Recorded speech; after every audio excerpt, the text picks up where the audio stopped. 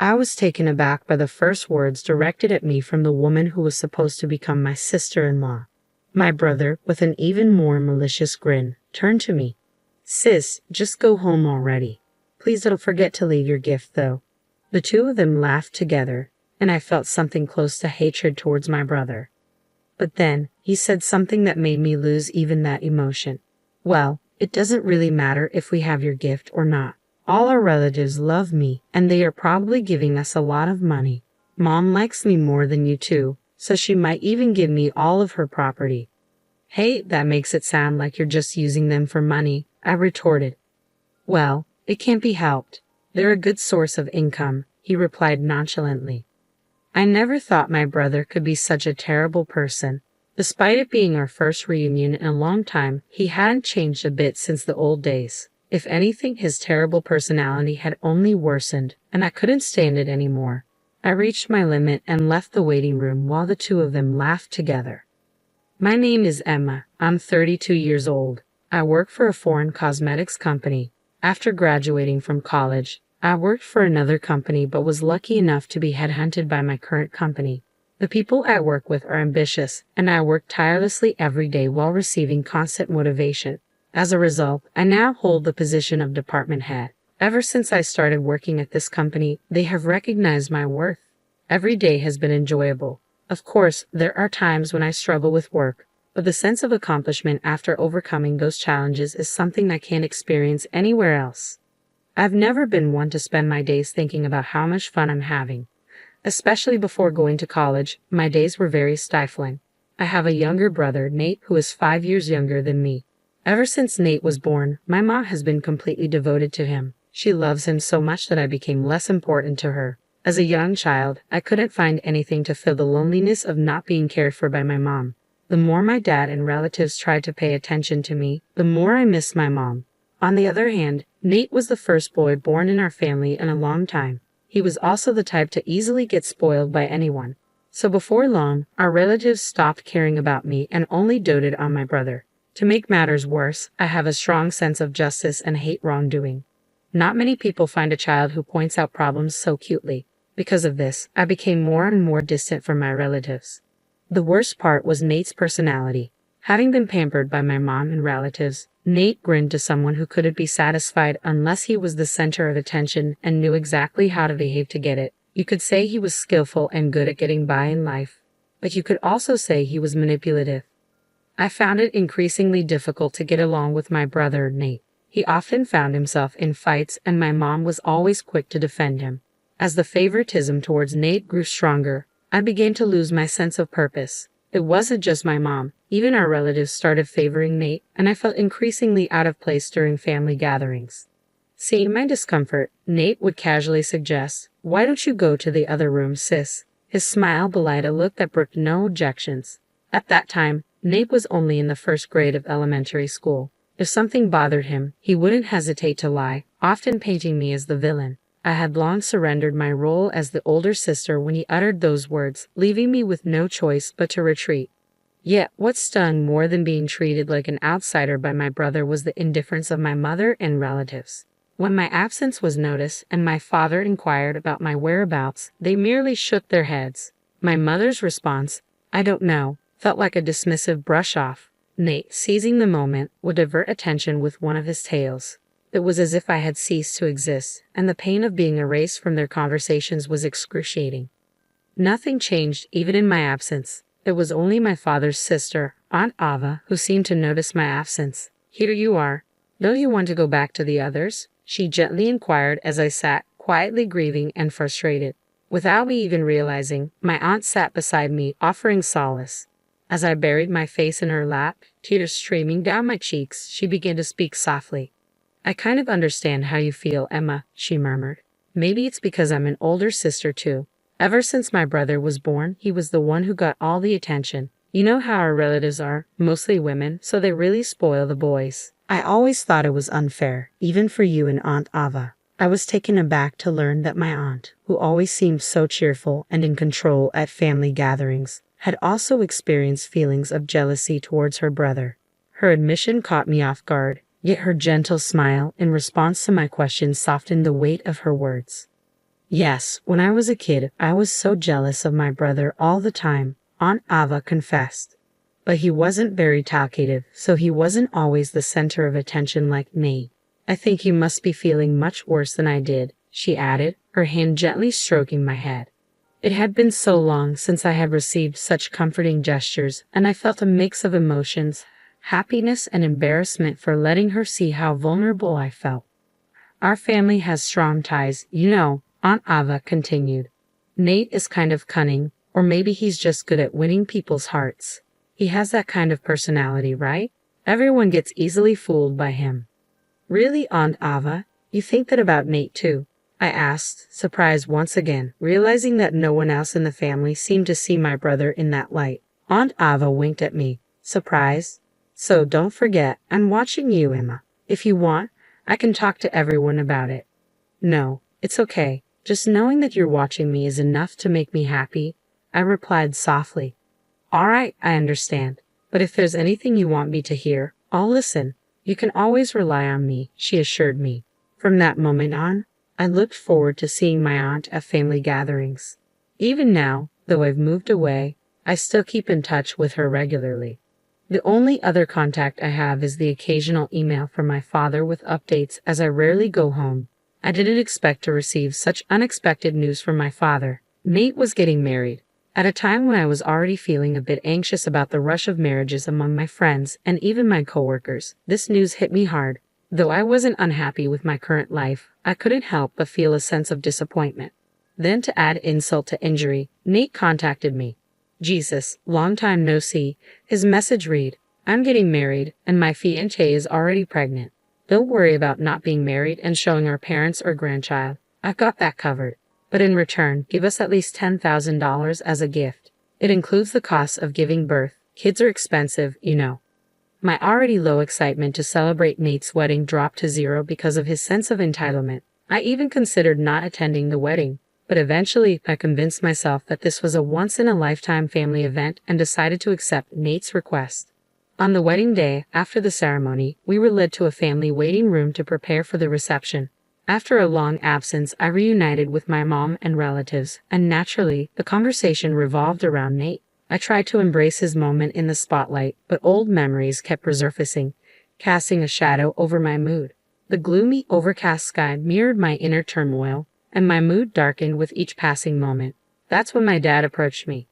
Emma, it's been a while. How's work? He inquired. Oh, Dad, I'm managing somehow, I replied, trying to muster some positivity. I see. Would you consider coming back home more often? He suggested, but I couldn't bring myself to agree. Yeah, I'll come back when work calms down. Excuse me, I need to use the restroom. I excused myself hastily, escaping the stifling atmosphere of the family waiting room.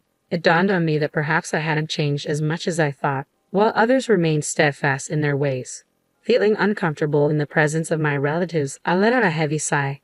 Just then, my phone buzzed with a message from Nate, instructing me to come to the bride and groom's waiting room immediately.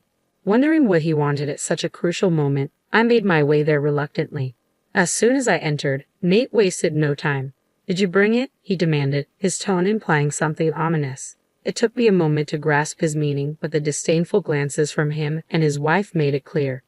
Yeah, I brought the $10,000 gift. Are you satisfied now? Congratulations on your wedding. I offered my congratulations with little enthusiasm, my heart not truly in it. But immediately, I regretted my attempt at civility. $10,000. I clearly said to give more than that. Isn't it common courtesy to give more than the requested amount? Nate retorted, his tone dripping with entitlement. Isn't $10,000 already generous? I gave it because you said the baby was coming. Isn't your attitude a bit much? I fired back, frustration bubbling to the surface. If you choose to act like this, I don't want to be involved with you in the future, I added, exasperated. Nate clicked his tongue exaggeratedly, clearly annoyed by my response. His wife joined in, laughing mockingly. Don't worry, we don't plan on relying on someone who's still unmarried in her 30s and acting so high and mighty for such a small amount of money, she taunted, her words stinging with condescension. I was taken aback by the first words directed at me by the woman who was supposed to be my sister-in-law. Nate, too, wore a malicious grin as he chimed in, Yeah, just take your gift and leave. Make sure you leave the gift money." The two of them laughed together, and in that moment, a surge of hatred towards my brother and his wife washed over me. But Nate's next words shattered that feeling. "Well, even without your gift, we'll be fine. All our relatives love me. I'm sure they give us a lot of money. Mom likes me more than you too. She might even give me her entire fortune." Stunned, I could hardly believe what I was hearing. "Wait, that makes it sound like you're just using them for money," I protested, struggling to comprehend. "Well, it's true. That's why we invited fewer friends and more relatives," Nate retorted casually, confirming my worst fears. I never imagined my brother could be such a callous person. The amusement Nate and his wife seemed to derive from viewing our relatives, even our mother, as mere sources of income disgusted me. It was clear he hadn't changed at all since we were kids, only grown worse. Unable to bear their presence any longer, I stormed out of the bride and groom's waiting room as their laughter echoed behind me. As soon as I left, I heard someone calling my name. It was Aunt Ava. Seeing her, I couldn't help but let my feelings show. "Auntie, I can't take it anymore. I'm leaving," I confessed, my frustration boiling over. My aunt's expression turned to one of anger as she listened. "I heard what just happened. This is unforgivable. Everyone should know about it," she declared, her voice laced with indignation. "But it's true that everyone likes Nate, right? If I say something, I'm sure no one will believe me," I lamented, feeling defeated. "It's not like he's forcing our relatives to give them money, so it's just a matter of me putting up with it," I reasoned, though the bitterness in my tone was evident. "Fine. I don't think I'll ever see them again anyway," I concluded, feeling resigned to the situation. Apparently, my aunt had been worried about me after noticing my discomfort in the relatives' waiting room and followed me when I left. After hearing my conversation with Nate and his wife, she suggested telling everyone about it, but after witnessing their callous behavior firsthand, I couldn't bring myself to subject my family to such embarrassment. I had resigned myself to the situation, but my aunt was brimming with anger, a stark contrast to my own feelings. "You don't have to put up with it anymore, Emma," she asserted. "I never thought Nate would go this far. There's still time. Let's confront them together and reveal everything. If anyone still supports Nate after that, then they can be their source of money or whatever else they want." Encouraged by her words, I decided to face the situation head-on and return to the family room with her. Surprisingly, my mother's brother, Uncle John, believed my story right away. "Actually, there have been some bad rumors about him at the company," he revealed. I didn't want to doubt my nephew, and I thought it was natural for the business to have some bad times. But after hearing Emma's story, it all makes sense. I guess I was only considered valuable as long as I was paying him. Uncle John, who runs a company where Nate works, explained that Nate had been taking advantage of his position as the president's nephew and doing as he pleased. Because Uncle John is the company's president, our relatives respect him. When he acknowledged my story, everyone started to believe me one by one. Even my mother, who had been adamant until the end, gradually grew suspicious, not only because of me but also because of my aunt's revelations about Nate. My parents, who had believed me from the beginning, were radiating with anger. "I'm sorry for our son. We must have raised him wrong," my father declared. "Let's all go home today. He doesn't deserve to be celebrated." With those words, my mother and all the relatives decided not to attend the wedding reception. My parents hurriedly left the family room to explain the situation to the other guests. As we waited at the shuttle bus stop, the guests who were supposed to attend the wedding started to arrive. At the end of the crowd, I could see my parents. My father gave me a strong nod when he saw me. I was sure all the guests had decided not to attend. "Thank you for believing in me," I tried to convey to my father. But as I approached him, he was yelling into his cell phone. It was Nate on the other end. It was the first time I had seen my father so openly angry. I heard from Aunt Ava, "Nate, it seems you've been calling our family and relatives a bunch of gold diggers. How could you say that after all they've done for you? We have no intention of celebrating you anymore. We're going home today," my father declared before hanging up the phone. He apologized to me for all the hard times we had endured. Once we boarded the bus, Nate called me, his voice tinged with panic. "Emma, Aunt Ava turned everyone against us and spread rumors. Now nobody slept at the venue," he exclaimed, his agitation palpable. I remained composed as I responded to him, refusing to be drawn into his turmoil. "Your Aunt Ava heard you guys making fun of the family, and she joined in the conversation, so everyone believed us," I explained calmly. Nate's voice, once confident, now sounded on the verge of tears as he realized the severity of the situation. "What are you going to do about it?" he pleaded. "I don't know. We're already on the bus." "Don't say that," I replied, feeling no inclination to forgive him. "Are all of them on the bus too? If so, please convince them to come back with you."